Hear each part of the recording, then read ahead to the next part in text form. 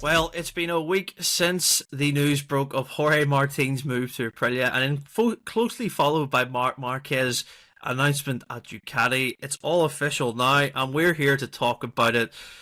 Joining me, Jordan Moreland, is Rob Jones and Pete McLaren. And Pete, it's been a week since we done that emergency podcast that Rob had finished, and we didn't know really what was happening. Everything just kind of came out of nowhere, and a week has passed, like I say. What's your thoughts on it? You know, has it settled in? Have you had time to digest it? As you say, yeah, we did when we did the podcast, was it Monday night, just as the test was ending. That was when the news came out that Jorge Martin was going to the Aprilia. We were all waiting for the news about the Ducati ride, and instead Aprilia sort of undercut them, or overtook them, you might say, and got their news out first, didn't they? That video suddenly, bang, appears on social media, the door opens, and out walks Jorge Martin. So, yeah, that was the first big move, wasn't it? And presumably he'd been told, well, we don't know. I mean, did he jump, or was he pushed, shall we say? You know, did he take things into his own hands and just decide, look, I'm not waiting any longer, I'm doing this deal? Did he get a sense that it wasn't going to go his way? Or was he actually just told, look, sorry, it hasn't? Either way, when he did that deal, of course, it was a massive favour to Marc if he was still negotiating, because it removed the other option, didn't it? I mean, we sort of knew that Bastianini wasn't going to be staying either. So suddenly Ducati, if there were things to still work out with Marc, that would have done Marc a massive favour. So I don't think Marc would have been too upset by Aprilia announcing first, shall we say? But yeah, and then I think it was the Wednesday, wasn't it? We got the official news that Marc Marquez will be at Ducati for 2 more years. So yeah, the dominoes have started to fall, but a lot more sort of questions now emerge in the aftermath. Absolutely. Rob, what was your thoughts on the Martin announcement? It came as a bit of a shock. You know, we hear that the deal was started on Sunday night, that Aprilia had got the call, essentially, and the big bosses had said, get him, and that was it. You know, the deal was signed, Massimo Rivola says, at 5:30, so essentially when the test had just finished, and then it was announced at 6. What were your thoughts on that? It took me by surprise. Very much by surprise. Obviously, going into the Italian MotoGP, it was a case of Martin looked like the clear favourite, and there was murmurings that Ducati had, approached him already, and his sort of body language going into that race weekend, he looked very, very happy. Obviously, like there was maybe something behind the scenes, but then it sounds like on the Sunday, things accelerated and not in the direction he wanted. The test was obviously meant to be about the test, and instead it turned out to be a case of big stories away from the track. It was for Martin, it's a case of we've always wondered whether this move to Ducati, to the factory team, was going to happen. His form has suggested he should have been that guy maybe even 2 years ago, but to lose that seat to Marquez after appearing to be the favourite, because even on Monday, before the news got broke, there was murmurings that Marc was going to get that seat, in fact, and Martin. Then there were sort of links to KTM that had been there for a few weeks. So you thought, you're trying to digest it obviously really quickly, and you're thinking, right, if Martin isn't going to get this seat, is he going to KTM? What are they going to do with Binder? And then out of nowhere, it's Aprilia who announce it, and at that point, it was very, I think until it happened, you didn't really know how to react or how real it was going to feel. But once Martin was confirmed and you knew Marc was then going to follow to the factory Ducati team, it started for me to feel a lot more real then. And then obviously the announcement for Marc on the Wednesday, which was expected but still a huge bombshell. Yeah, it was. Like you say, those first few hours on the Monday was... I couldn't really make sense of it. I was like, what? This is going to be... And then when Aprilia said there's an announcement coming, I was like, surely not. And then it actually was. It seemed like it was like MotoGP's version of like a transfer deadline day. It was like, just, it was really, really just not shocking, but it was, wow, it was one of those moments you're like, I'll remember this on that Monday, because then you got the picture started to become clearer, like you say, Rob. And Pete, it goes down to Martin now. This is twice that he's kind of been rejected by Ducati for the factory seat, and he's had enough, essentially, hasn't he? I'm going now to a new factory, I'm going to be the lead rider, I've got the paycheck, essentially, from what we believe. They've made everything possible to get him. this is a good move for him, isn't it? That he's going to now be the leader of Aprilia going forward.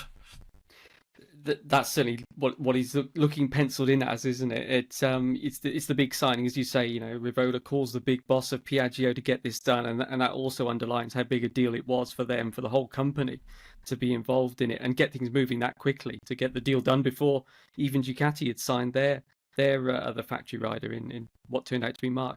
So yeah, Ducati went all in with Marc, to use one of Marc's phrases, didn't they? They put all their eggs in their basket with him. It's cost them two young rising stars. So that there is a price to be paid there, but they've made their choice, and that would have come from the data and what they've seen and everything else. And for Martin, as you say, it's the second time he's been overlooked. Came close, didn't he? Lost out to Bastianini, I suppose almost the third time, because he lost out to Bastianini in the decision.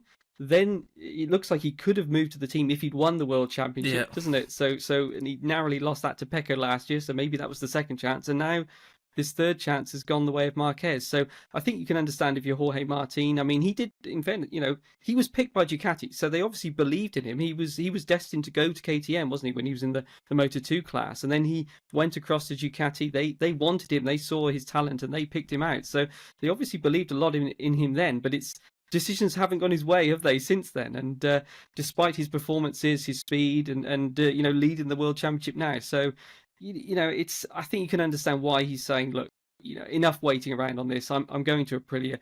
The team will be all around him. He's not going to be alongside Pecco, who's very much established at the Ducati team. He's going to have the chance to take over from Aleix in some ways, isn't he? His great friend, the captain who's leaving.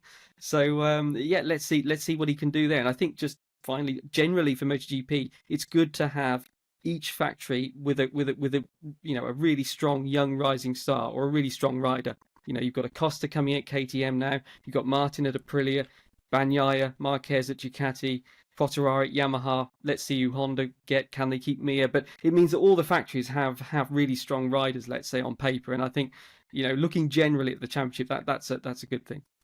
That was going to be, that's a good point. It was actually going to be my question to you, Rob. Pete says it, the factories now are heavily loaded with talent. You've got, like you say, they've got two good riders for all the factories now going in. Are we seeing a change, maybe, from Ducati, that they don't really want to load their satellite teams like situations that we have last year and this year, where satellite riders can win the World Championship? Who knows, Martin still could win the World Championship. We're seeing a change, aren't we, for the factories? They want the best riders in their number one team, and they really maybe don't want to have satellite teams being so heavily involved. Would you think that's a fair point?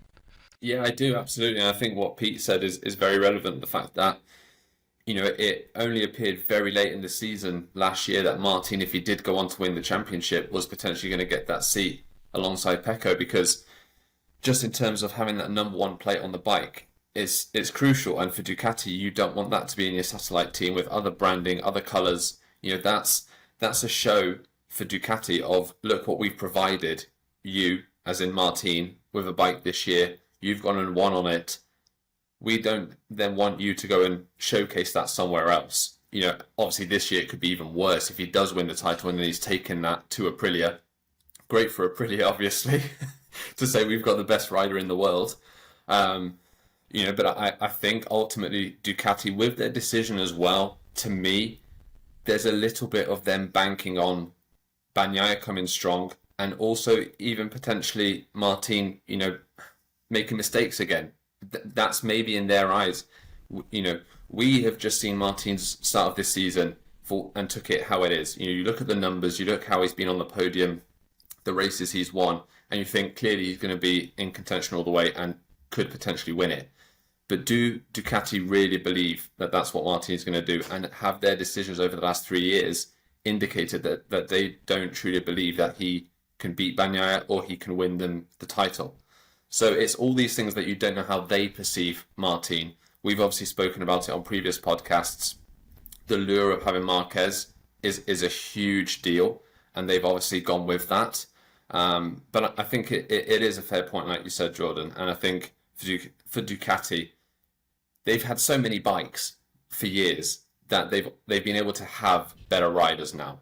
But I think as well for us as spectators and journalists and fans, it's great this year that we've got those three on Ducatis because Ducati so clearly have the best bike. But I think for Aprilia, taking a Martin away is only going to make them stronger.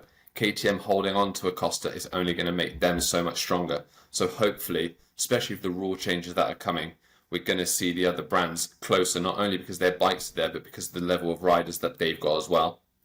Yeah, it's spot on. And Pete, it's like Marc Marquez, you only really get me one chance to sign him, and this was the chance for Ducati. You know, he didn't want to ride the Pramac. We've discussed that, where he just flat out said, "Well, I'm not going there. Why would I go to another satellite team when I could stay where I am?"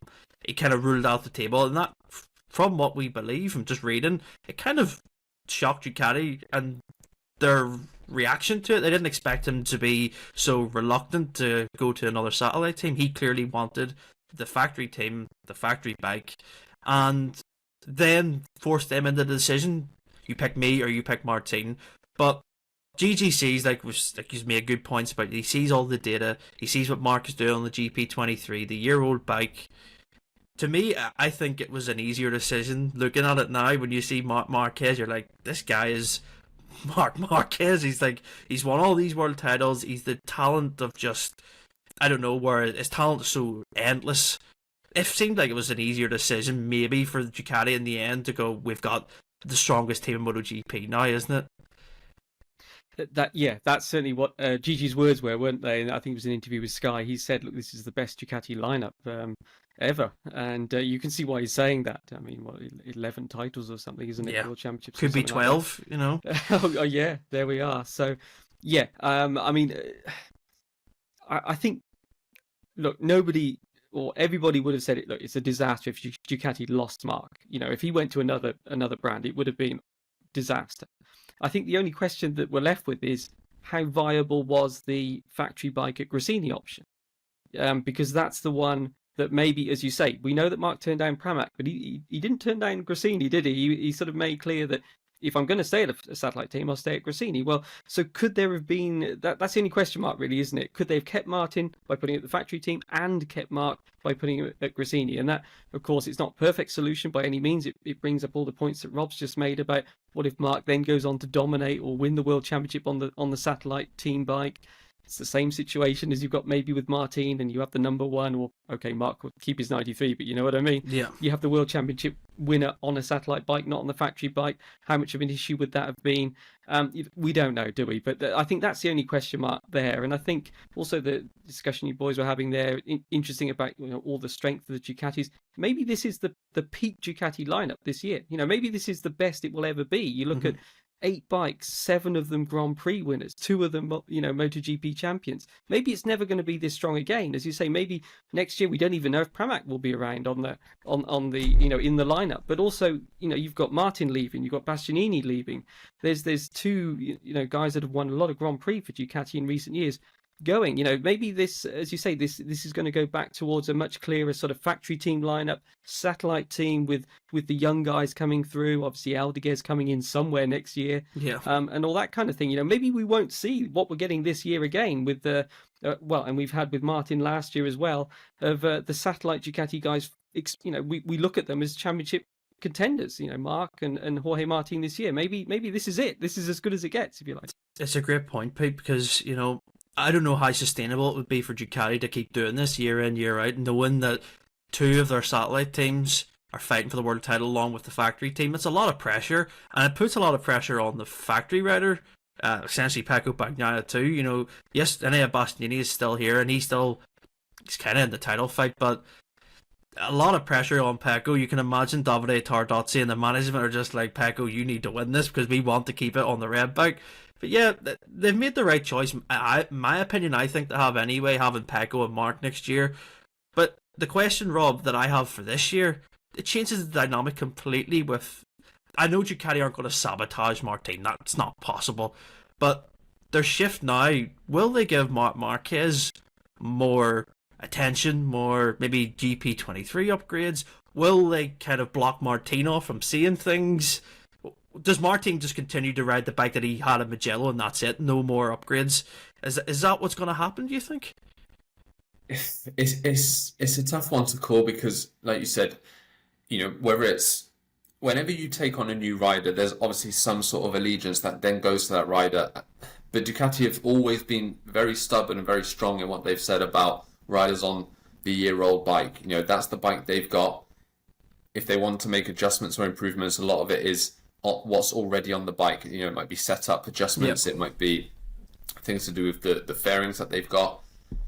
So for Ducati to now put some resources into Marc, you could see why they would do it. Are they going to? I think that's a big question that's going to be answered in the second half of the season. For Martin, like you said, they can't sabotage him or try to in some way make him weaker or not give him the same sort of level of support as they are with Bagnaia and Bastianini, because he's been given that, and he is owed that. As a factory, not obviously in the factory team, but as a rider on a full factory bike. Martin has been, and his results also indicate that he does deserve to be treated in that way. Obviously, that is coming from a perspective of that's what's fair. But it's not always fair, is it? So are Ducati just going to do what's best for them? And obviously what's best for them is having Bagnaia win the World Championship. Yeah. And have results like we had in Mugello 1-2, where Bastianini plays that perfect sort of like sidekick where he's able to get ahead of Marc, get ahead of Martin, take points off them. Could they potentially just limit how much data he gets to see from the likes of Bagnaia and Bastianini? Potentially. How they would do that is, I think it would be tough. I think Ducati are going to have to sort of play to their own rules that they're currently playing at, and then just hope that Bagnaia, his second half of the season, like it normally is, gets stronger and he goes on to win the championship based off that. It's a good point. Yeah, Pete, Rob says they've kind of put themselves in this position, haven't they? Having so many strong riders, the bike, contractually, Pramac have same spec machinery, and you can't really go back on a contract. You just can't start saying, well, no, you're not getting this because you're going somewhere else. That's not how it works. Money's been paid, everything. So Ducati are just going to have to hope that Bagnaia, like Rob says, delivers and just gets stronger and stronger, which I think he will. But how does it play on Martin going forward, Pete? Does he think, is it kind of a two fingers up to Ducati? Well, I'm going to just show you now what you're missed out on, or do you think it's going to play on him knowing that he's going to a new bike, or will he just kind of block that out? It's got to be at the back of his mind, isn't it? I think it's always, even if everything, and we've heard Gigi say, look, we've been sporting in the past, we'll remain sporting. This is a sport that we're involved in. So he's made clear that they'll keep supporting everyone the same. But yeah, for Martin, it's got to be at the back of your mind, isn't it? The fact that you are leaving the team at the end of the year. And as you guys said, there's obviously confidentiality things with Ducati that they won't want to pass on secrets to Aprilia and everything else. It's like when any rider leaves. And but yeah, I suppose for now it'll probably be just wait and see, won't it? I mean, if, as you say, the ideal situation is Bagnaia keeps this comeback going, wins the World Championship, and then they don't need to do anything. But it'd be quite interesting to see what happens if, for whatever reason, Bagnaia dropped out of the title fight and you've got Martin against Marquez. Then I think you wouldn't be surprised to see Marquez's bike suddenly getting a few more upgrades under that scenario, would you?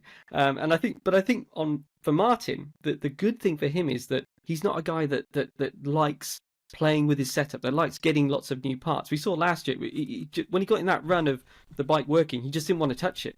So I think if he's happy with the bike, he's not going to be banging the drum of I want some different part or some change, especially now the testing's over, isn't it? We haven't got another in-season test for the official riders, unless you've got concessions, of course. But let's talk about the European teams. They haven't got a test now until Misano in September. Yeah. So if they're going to have new parts bought in, it'll be in a race weekend, and we know the riders hate doing that. It just messes up their schedule, takes time away, from getting prepared for the race. So I think, Martin's clearly happy with what he's got. He's fast. He's leading the World Championship. He's winning races. Yeah, it's not perfect every weekend, as we saw at Mugello. He has issues. The mistake at Jerez, but I think he's obviously happy with what he's got, and so I don't think it'll be too big a thing if he's thinking, well, look, worst that happens is I keep what I've got now until the end of the year, because he's shown that he can make that work. And what he has got now is a GP24 that is an absolute rocket. So it's hardly like he's downgrading anything, and he's leading the World Championship. Yeah, he's in a good spot, and I'm really interested to see how his mentality is coming back. We've still got 2 weeks to wait, and that first press conference Thursday is going to be just, it's going to be crazy with the questions asked. But yeah, can't wait to see how Martin continues this season. But looking at Marc Marquez, Rob, Gigi Dall'Igna said last year the reason that the satellite teams didn't get the upgraded GP23 that we seen towards the end of the year is because those implementation of upgrades were very difficult to do in a satellite team. But as we've said, the dynamic has changed, and the GP23 that Mark is on is from essentially last year. At the start of the year, it was Johan Zarco's bike. He hasn't got the new upgraded ride height device, start device, whatever you want to call it. Would Ducati, you've kind of touched on it, would they just give Mark that and say, we'll give you the upgraded spec that they finished the season on, and that is it? Or will Mark just have to keep extracting from the package that he's got? Because it seems that he's happy to do so, but there's only so far he can go, can't they? Yeah, I think it's a very relevant point, and I would go as far as to say I think it could be quite likely that they do that. When they do it, they could do it immediately and sort of as a way of sort of saying to Mark, you've signed for us, and wanting to make him feel good. They could give him that sooner rather than later. I think it's a case of they could just sort of play it out for the next few races. And Pete brought up the test in Misano, which could be crucial. That could be the point where they give him that at the test, see how it works, and then he use it for the rest of the season. That could be an option. I think for Ducati, they're the manufacturer that can easily make this happen. They've got 8 bikes on the grid.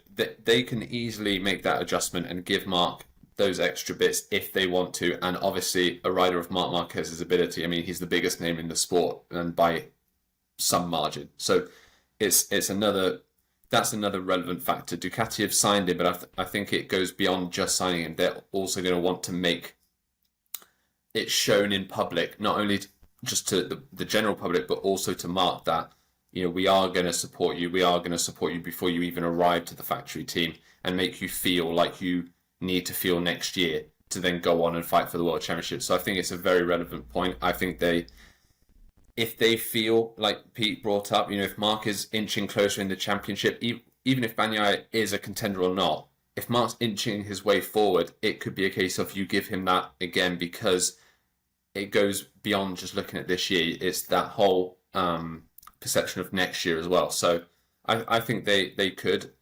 Whether they'll want to just leave it as it is for now, I think that's probably the most likely scenario, and then they'll see going forward.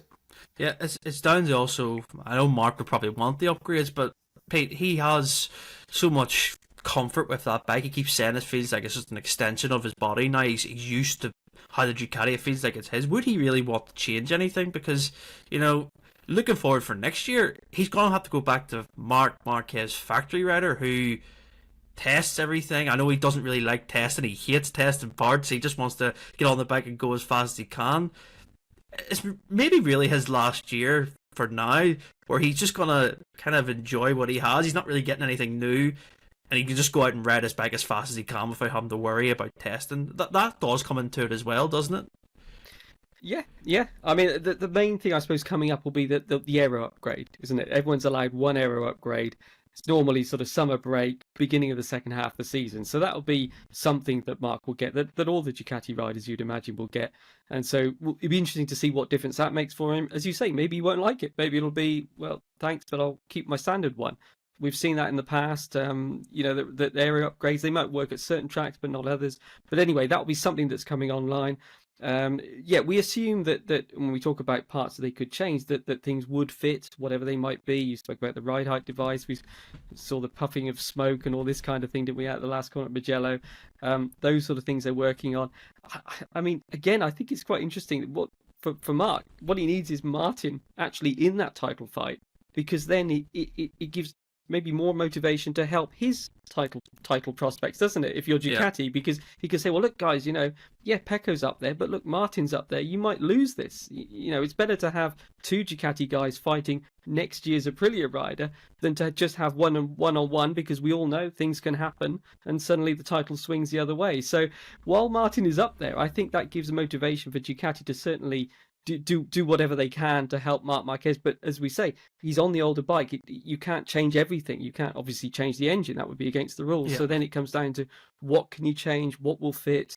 And as you guys have spoken about, what will actually be a benefit to him? There's no point just changing things for the sake of it if it's not what Marc Marquez needs. So if you have something that's, I don't know, better on rear traction, but Mark's saying I need more front end, well, it might not be what he needs. So yeah, it's interesting to see how it plays out. But certainly we know Ducati, and I think all the riders expect this. It's the same at KTM. If you're performing well, you get upgrades, and there's no doubt that the top three in the World Championship are performing well. So I think we will see. I know Mark said, I know the bike I'm getting, it's not going to change, but I think there will be some. And as I say, the aero upgrade will be the obvious thing.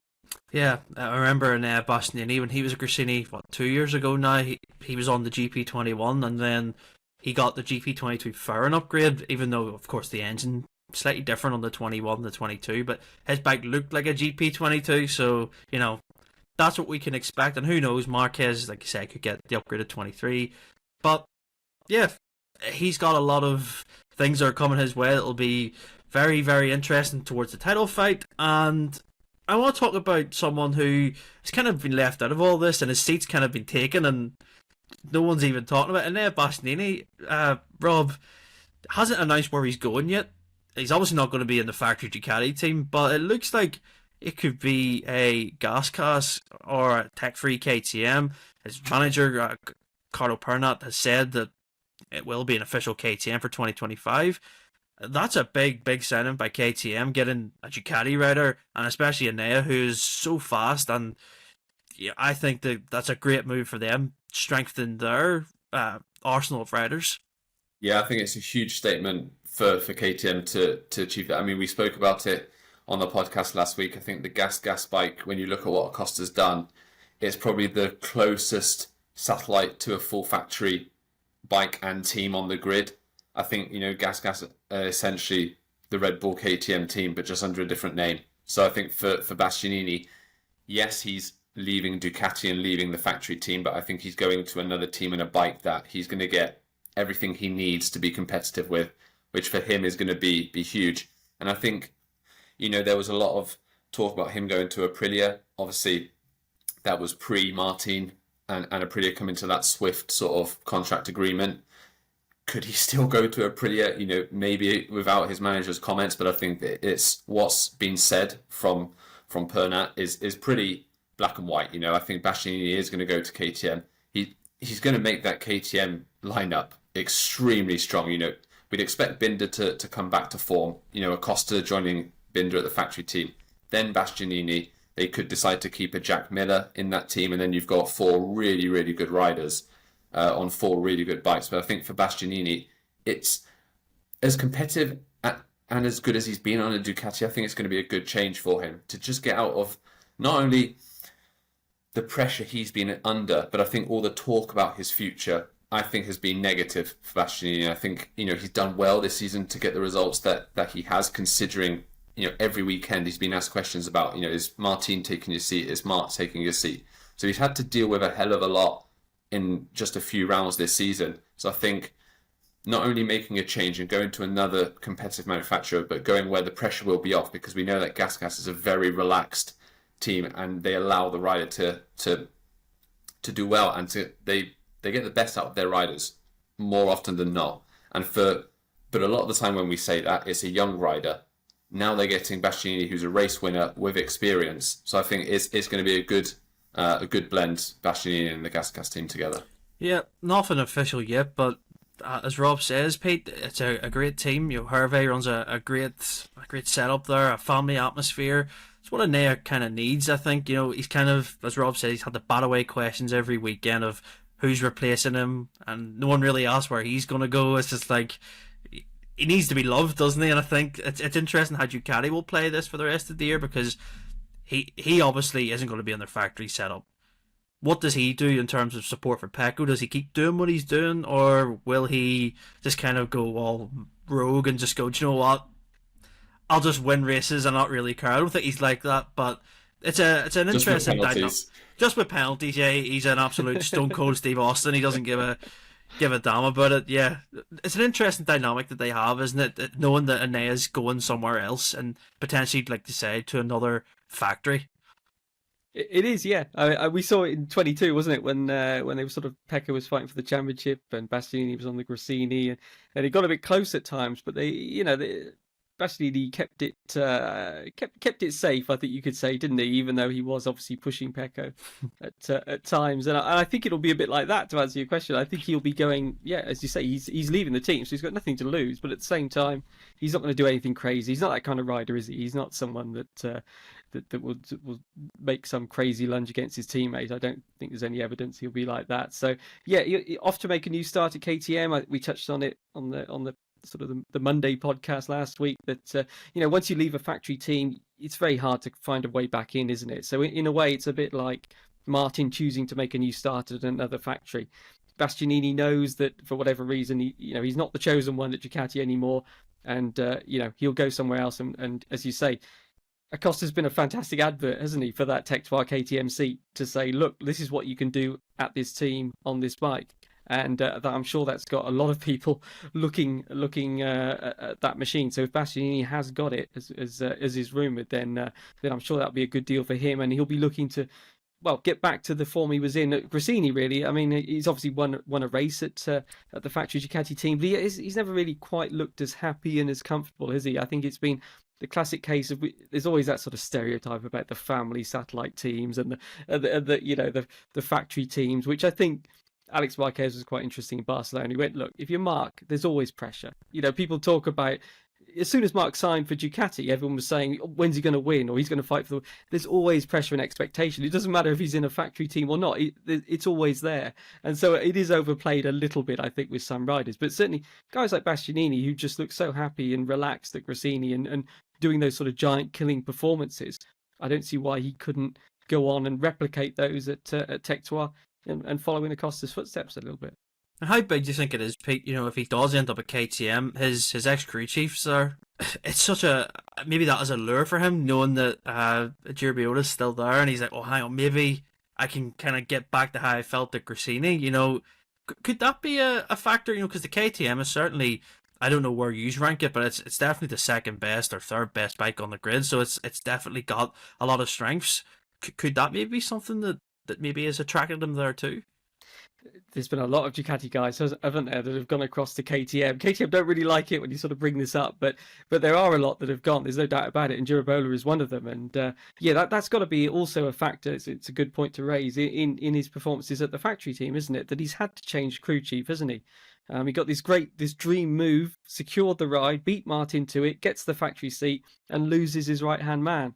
So, I'm sure that would have been a factor. I don't know if Girbiola will want to go back to a crew chief role and actually work in the same way that they were previously, or whether he'll stay in the role he's in now. But certainly having him there and having all these other guys from ex-Ducati guys there, I'm sure that makes the move across a bit easier for the Italian, should we say. Let's wait and see. Nothing confirmed as of recording this podcast, but knowing our luck, it'll probably be confirmed maybe in an hour's 2 time. So yeah, keep an eye for Enea Bastianini's future. I imagine it'll be announced pretty soon. But Rob, speaking of the market, it's not really clear where everyone else is going to go, is it? Pramac is a big topic at the minute. They're losing Martin. Could they be losing Ducati machinery? It's so hard to read between what's said. Gino Borsoi saying they'll continue in Mugello with Ducati next year, but then Gigi Dall'Igna coming out saying the risk of losing Pramac is real. Could we see them make a switch from the championship winning bike to then go to a Yamaha in 25, and then that throws up a completely different situation with their riders for next year, doesn't it? Yeah, I think we could, and like you said, the inconsistencies or not knowing who to believe with what's said is what's sort of not helping with this situation, because obviously in Mugello, on the live feed, Borsoi sort of, in his words, he was pretty set that they were going to stay with Ducati, but then we later heard from Dall'Igna, who we know is absolutely in the know, and we take his word at face value and above anyone else's, that the risk of losing them is there, and nothing is agreed, nothing's signed. So we know that Pramac have been in discussions with Yamaha, and we know that Yamaha desperately want a satellite team. I think what's also, in terms of when you look at comments made by different people and who to believe. Quartararo has always been very, very, very set on the fact that Yamaha are going to get some help and they are going to get a satellite team. So, you'd like to think that his comments are well placed, his knowledge is well placed of why something could be in the works.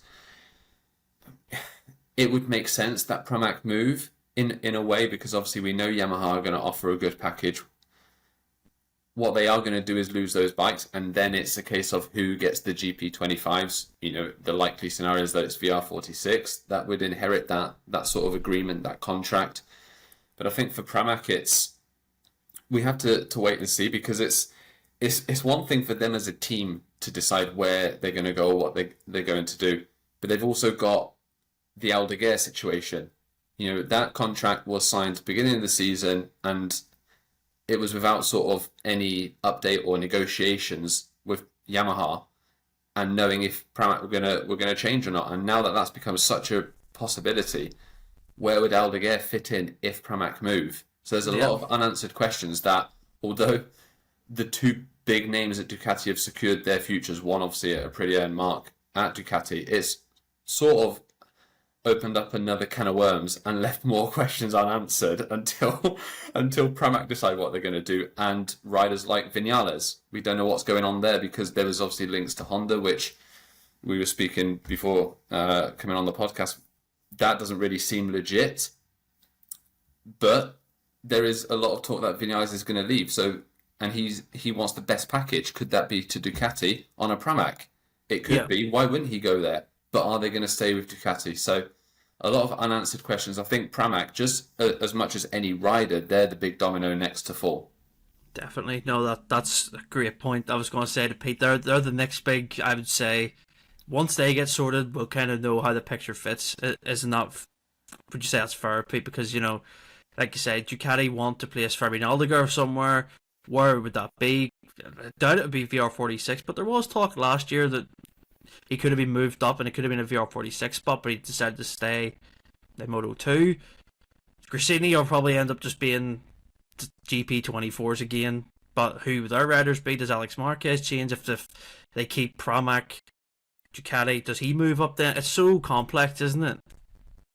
It is. And the clock is ticking, isn't it, on the whole Yamaha situation as well. I mean, they need to know by the summer break, won't they? I mean, if they're going to have a satellite team for next year, they've got to get the ball rolling on all the logistics of doing that and all the bike parts and everything else. So yeah, they were keen to know. I think it was about now. I think Lynn Jarvis, when he was talking previously, it was almost, this is as late as it can get, but if it has to, we can push it to the summer break sort of thing. So these next few weeks are going to be absolutely crucial for it.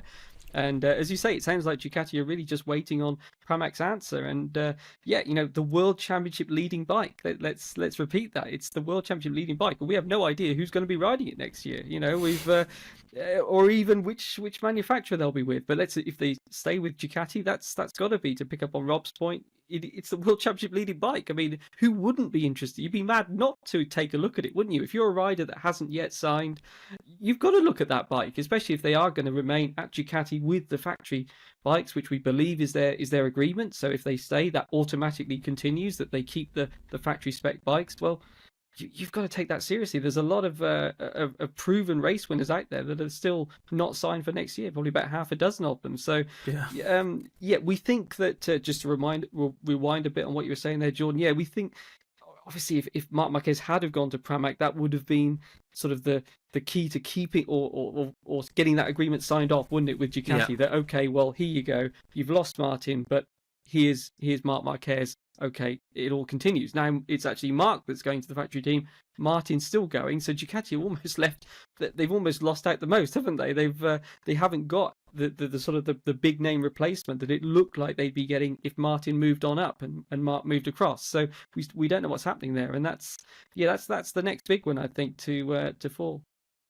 Yeah, it's very difficult to understand and read, because sometimes I think maybe Marc Marquez was kind of used as a bargaining chip by Ducati towards Pramac, and they were kind of almost expecting him to be there. But when Marc shut it down, Pramac kind of got offended, like, why would you not want to come and ride for us? And then, Campanati, I think, has said stuff to the Italian press. It's like, well, we've not had Marc Marquez, so we don't really need him anyway, and all that there. So maybe that's changed their perspective on how Ducati are viewing them.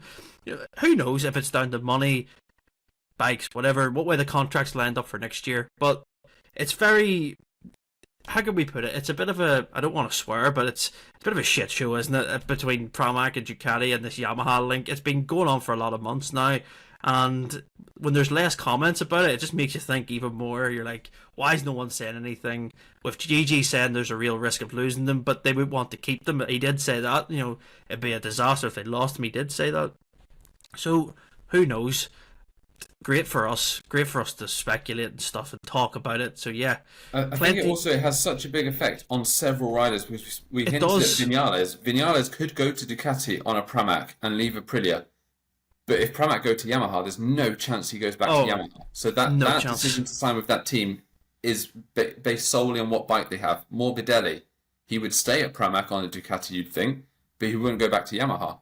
So again, it's that decision from Pramac is so vital, not only for their future, what bikes they're going to have, but also what type of rider they're going to get, I think. Staying with Ducati opens the platform up for them to get better riders at this current juncture. I think going to Yamaha, it's a case of, are you maybe dipping into Moto 2? Yeah. Or taking it maybe, let's say Oliveira lost a seat at Trackhouse Racing. Could he switch over to a Yamaha on the satellite bike? Maybe. But again, you wouldn't see Oliveira go into Pramac Ducati right now. So it has a big impact, I think, from that perspective.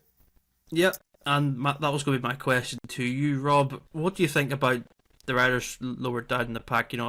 Joan Mir, for example, when he's seen that maybe there's a few seats in the factories available, the satellite team, maybe a Gresini could be opened up for him. He could be, I don't know what the situation is with Frankie Carcetti. Will he go with Marc Marquez? I more than likely think he will. But say that seat opens up at Gresini, could Joan Mir be a mover to Ducati or another satellite team like a Trackhouse? Everything's open, isn't it? Yeah, I think for Joan Mir, if he doesn't retire, he's moving on. I think we are probably all confident in that. I've always sort of believed that Mir would be a good fit at one of the Ducati teams. And, obviously he's a world champion in MotoGP. I think we forget, obviously, that 2020 season and what happened. Not just because of COVID, but it was a chaotic and wild season in general. And obviously since then, he's not had much success at all. Not won a Grand Prix, and it's been a tough time for Mir. But I think, we saw how good he was with that Suzuki. Having the chance to be on a competitive bike again, I think we'd see the best of Mir. Again, I bring up the name Oliveira on a Gresini Ducati. I think that's a step that could rejuvenate Oliveira and get him performing back at his best, which we've seen very inconsistently in the last few seasons, because I don't think he's had the consistency and success he would have probably expected at Aprilia. So I think there's a few names that could be in the mix, especially if Alex Marquez does leave Gresini and that opens up 2 Gresini seats. Yes, it'll be the GP24 bikes, but we've seen the success Bastianini had with Gresini, the success Marc's having with Gresini, what Di Gianantonio did with that team. The fact that they have a year-old bike, it doesn't stop them from being successful. So I think 2 potential seats. We've got to look at someone like Mir and Oliveira. Even, we don't know what's going to happen with Raul Fernandez. His future was looking up in the air, but, he's sort of performing at the right time now. So would they want to keep him and maybe have Joe Roberts at Trackhouse? That's a very young lineup. Yeah. So they might choose to go with Joe Roberts, but think, right, we're going to sacrifice Fernandez and have a more experienced rider. So then that puts Fernandez on the market. So I feel like I'm listing every rider at the minute. But there's a lot going on. Again, I think Ducati hold all the cards, and at least for Ducati, with what's happened with Marc and Martin, that's all sorted now. We know Bastianini is not staying, so now they can focus in on the satellite teams, sort of pick the best riders that might be available, like a Joan Mir, and just sort of play around and puzzle their lineup together. And I think that's just going to trickle down to the other factories. Yeah. Pete, what's your take on this? How does it affect the likes of the satellite Aprilias, like for Trackhouse? It's crucial for them now, isn't it, to make sure they get the riders that they want, because, there's a lot of opportunity for people to move about now. And like Rob mentions, Joe Roberts from Moto 2, there's a real chance here that they could have an unbelievable lineup. When they maybe could have thought maybe 5 months ago it wasn't possible, because you need everything to fall into place still, and that's the beauty of this market. Everything's always changing, isn't it? It is, yeah. And for what we hear coming out, it seems that the Trackhouse, it'll be a performance decision. So they're not just going to take Joe Roberts because he's an American. I think both Aprilia and Davide Brivio have been clear on that. They want the best people they can get. When you think about Davide Brivio and riders, obviously Joan Mir's names comes up there, doesn't it? Could they reunite, get that partnership going that they had at Suzuki that won the World Championship? Could they really get the best out of Joan Mir?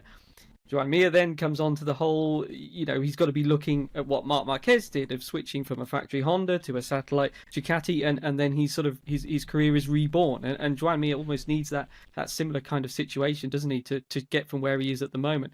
So it's got to be tempting, isn't it? I suppose one thing to say generally is this will be the last contract decision where you can be sure if you're signing for a Ducati, it'll be a top bike, because the rules will change in 27, don't they? Maybe Ducati will pull even further ahead, but the point is we don't know. But this next deal will be for 2 years. That's the standard, isn't it? So you're going to sign for the last 2 years of the current format of this MotoGP set of technical rules. It's hard to imagine that Ducati is suddenly going to lose performance over the next year or two. So whatever Ducati you're signing for, you can be pretty confident you're going to have a good bike, as you boys have said, whether it's a year-old bike, as we've seen people winning on and fighting at the front on, in recent years, or you're on the factory bike. Whichever one it is, it's going to be good. So I think that's got to be something for riders that are kind of just looking to get on a bike that they know can perform, that have had a tough time, looking at the guys on the Japanese bikes, for example, and that kind of thing, and even Oliveira perhaps also, where the Aprilia, it's a race-winning bike. It's won a lot more races than KTM in recent years, hasn't it? It's just a bit more up and down, but for whatever reason, Oliveira, he hasn't been able to replicate that form that we know he's had on the KTM with all those wins. So, guys that are, I think, looking for a bike like Marc was, that they know the bike performs and it's up to them. There's a lot of Ducatis free at the moment, as you guys have been saying, and they've got to look at that, including the one leading the World Championship, as we've said. And as I say, it's the safest bet you'll get. You're never sure. Whenever you change teams, you never quite know, do you? One team manager told me once, it's almost like a marriage when you sign a rider. You don't know if it's going to work or not. It might look great on paper, but it's like putting two people together and then they hate each other. You just don't know, do you? Until it all goes to plan. So you're never sure, but you can be pretty confident if you're a MotoGP rider, you're a proven fast rider, and you put yourself on a Ducati, you're going to be somewhere up there near the front, aren't you? Yeah, exactly that. And it's really, I imagine, I would love this to be a rule brought in, maybe, that MotoGP had a 30-day window where you just have to make all your moves, because this could rumble on until, who knows. Look at last year with Gian Antonio. It went right till the day before the Valencia test. We didn't know if he was staying or not. I think MotoGP have got it right, but it's just a headache, to be honest, as Rob said, it feels like you mention every single rider and they could move somewhere. It's a real cluster of just, I don't want to say the other part of that word, but it's just absolutely, it's crazy, so it is. But I want to talk about Honda. This will be the last part of the podcast. They have, Luca Marini will be the rider next year. He'll be on the bike, but as we've talked about, Joan Mir out of contract. Looks like he wants to get off that thing. But who could they get?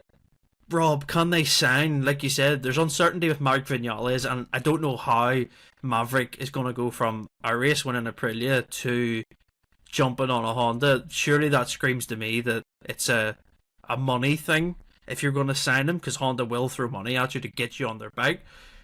They have a lot of work to do, because of course Alicia Spargaro hasn't been announced yet, but it looks like he'll be the test rider for Honda. Can Honda sign a big name? Would that would be a surprise for me personally. Yeah, it would be a surprise for me. I think, for Maverick Vinales, and if he does sign with Honda, it's kind of, he's going against his own words, because he said his next decision is performance based, and there's not really any way you could justify, after saying those words, picking Honda and justifying that it's a performance-based decision, because they have got a lot of resources. They are going to be in the market for the best available rider they can get, because it's no disrespect to Marini, and he has had very good performances on a Ducati, but he wasn't a Ducati rider who was winning races, and he's gone to Honda, and I know it's a bad bike, but he's struggled immensely.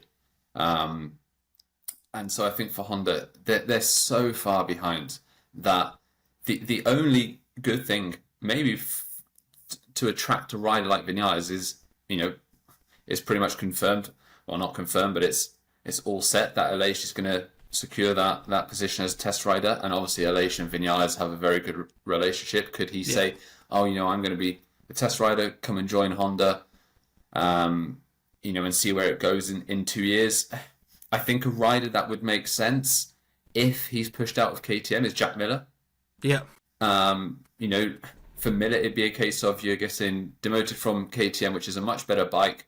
You haven't got any other options, and you could have factory status. So someone like a Jack Miller who's had experience on a Honda, albeit years and years ago, that could be an option, and someone who is still a big name, who's had relevant and recent success, aboard a Ducati.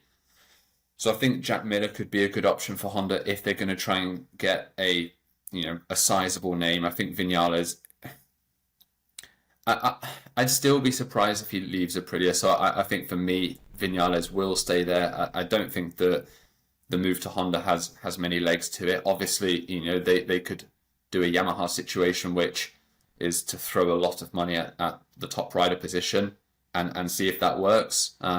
It'd be, even for Vinales, if they're offering him, I don't know, 8-10 million euros a year, it's hard money to turn down. So you could understand it a little bit why he would accept that. But I think signing Vinales, I think, is out of the question. Even with Aleix going as the test rider, I think they're going to have to look at a biggish name, but still a little bit lower down the grid. Yeah. It's very much a situation, Pete, isn't it, that Honda have got themselves into. They're waiting for this regulation change, and maybe that could be their sort of key, isn't it? Saying, listen, if you stay now, in the future it's going to get better because this is our plans. But it's trying to get a rider that's going to fit into that, isn't it? Who's going to have patience, because every single rider in MotoGP, they want to win, don't they? That's it, and they want to have the most competitive bike they have available to them. How difficult is it for Honda? I can't believe I'm even saying this. It's like Honda, it's like the mighty Honda who had Marc Marquez last year, and he's went from a satellite Ducati to a factory Ducati. It's like, it just shows, like, even all those years of winning, they all want to win, and can Honda offer that in the next 2 years? Probably not. That's a real big shout, no. But for the future, for the regulation change, it could be a spot that could be maybe a hidden gem. Yeah, it's a good point about the character that you're looking for in the rider. It's almost a bit like when Suzuki came in, for example, and they picked their riders. They knew it was going to be difficult at the start. They knew it was going to be issues with getting the bike up to speed and reliability, all that kind of stuff. So you pick riders that are, let's say, satellite riders that really want that factory chance, that are willing to they're up for the fight, if you like. They're up for going through that difficult spell. And as you say, Jack Miller's, he's that sort of character, isn't he? He lifts the team up. Those are the kind of guys you need. I'd go for Digi Antonio as another one. Someone who's hungry to get that chance, to get that, who feels that maybe they've been a bit overlooked. A bit. Look at what I've done. I've won a race on a satellite bike, a year-old bike. I'm up there. Give me the chance. Give me the chance to be a factory rider. And I think it's those sort of guys, when you're in the situation that Honda are in, that potentially, if you can't keep, obviously, someone like Mir, proven world champion, but we're talking about if he doesn't stay, I think those are the sort of guys you look for, because you know that they're going to be hungry for it. They know it's not going to be easy, as you say. There's not going to be an overnight success, but they're in it. They're in it to for the longer haul. They want that chance to show what they can do and have the factory support behind them. So I think that's what I mean. Look, the thing that Honda need more than anything is just results, isn't it? Yeah. And it's the same with Yamaha. And even one decent result could just swing things totally. Whether it's talking about rider contracts or even the satellite team with Yamaha. We saw Rins and the start of the Mugello weekend. Really good start, wasn't it, on Friday? Yeah. And we were all going, wow, this is. So that once, I think people are all sort of stepping back. They want to see signs of progress, don't they, from the Japanese manufacturers? It'll come eventually, but it's not quite there yet, is it? And especially from Honda, as you boys have said. So if you haven't got that progress, I think for me that's who you go for. You go for the guys that are hungry, the guys that haven't quite been given that chance, rather than trying to I mean, you could do that, as you say. Honda have got the resources to try and take a big name from somewhere else, but then you've got all that, you got to deal with that disappointment almost, because those guys are used to winning. They want to be winning again. They don't want to go back to the bottom and come all the way up again. So, yeah, interesting to see where they go on this. We know, as you say, Marini's signed, and he sort of fits that bill. He was a guy who came in and wanted the factory chats, and he was quite angry about those stories that maybe he'd be looking to buy leave himself Honda early. out. That's right. Yeah, he was really, really quite angry about that. He said, "Not at all. I'm here for this. This is what I expected, and we're 6 races in. He's digging in, if you like, for the long haul." Zarco, we know, has a contract for next year. So those are the 2 guys that are signed at Honda. The other 2 seats, Nakagami and Mir, are to be decided. So, again, it's who do you go for? And or if you're the rider, are you looking at the longer term? Are you looking at trying to build a project up, get in there, and, as you say, then be placed for the next big rule change? Yeah, it's very sort of F1, I think. Certain drivers at the minute, like I don't really want to talk about F1 on a MotoGP podcast, but the talk is that Carlos Sainz is going to join Williams, and he's going from Ferrari to Williams, who are not at the back, but they're not far off it. But they've got the people in there that are promising this is what's going to happen when the regulation changes happen. So, it's all about being in the right place at the right time, and we've seen that. In 2007 with Ducati, Casey Stoner, he was like their 3rd or 4th option to even get signed by them, because it looked like he was going to stay at Honda. He ended up signing with Ducati, and he wins the world title. It's like, so you need to be placed at the right point, and yeah, very interested to see how Honda's situation plays out. I hope that they can get some stability, because, to be frank, we don't really see them on TV at all. You don't see them, unless you're at the track and you see them going round and round. You don't see what they're happening. The only time we do see them, and I hate saying this, is when they've crashed. It's just terrible. But yeah, let's see what Honda do with their satellite. Zarco signed. Will Nakagami's situation change? That's the key. Will Ayagura go into that Idemitsu sponsor? It's very much a Japanese-based sponsor, and they like the Japanese rider on there. But will Honda want to keep Nakagami as a test rider or something like that? Because he's a lot of experience on that bike, and yeah, I feel like we've covered everything, boys. I feel exhausted, yeah. So I do, but yeah, Rob, any last thoughts on the market? Do you think anything's going to come up this week or next week? I think the obvious one is probably Bastianini to KTM. I think it's all but done, so it's a case of just an announcement. I think Aleix moving to Honda in the test rider role is something that's also going to be signed off pretty quickly. So I think those are probably in terms of 2 big names that could happen quickly. I think we'll see a bit more before MotoGP is back in action in Assen. So there'll be a few moves. I think obviously Bastianini is a big one, and will be a big one for KTM. But I'm very intrigued by Viñales, and I think what he's going to do. So I think that for me is the big one that's left to drop. That's a little bit unclear still. Yeah.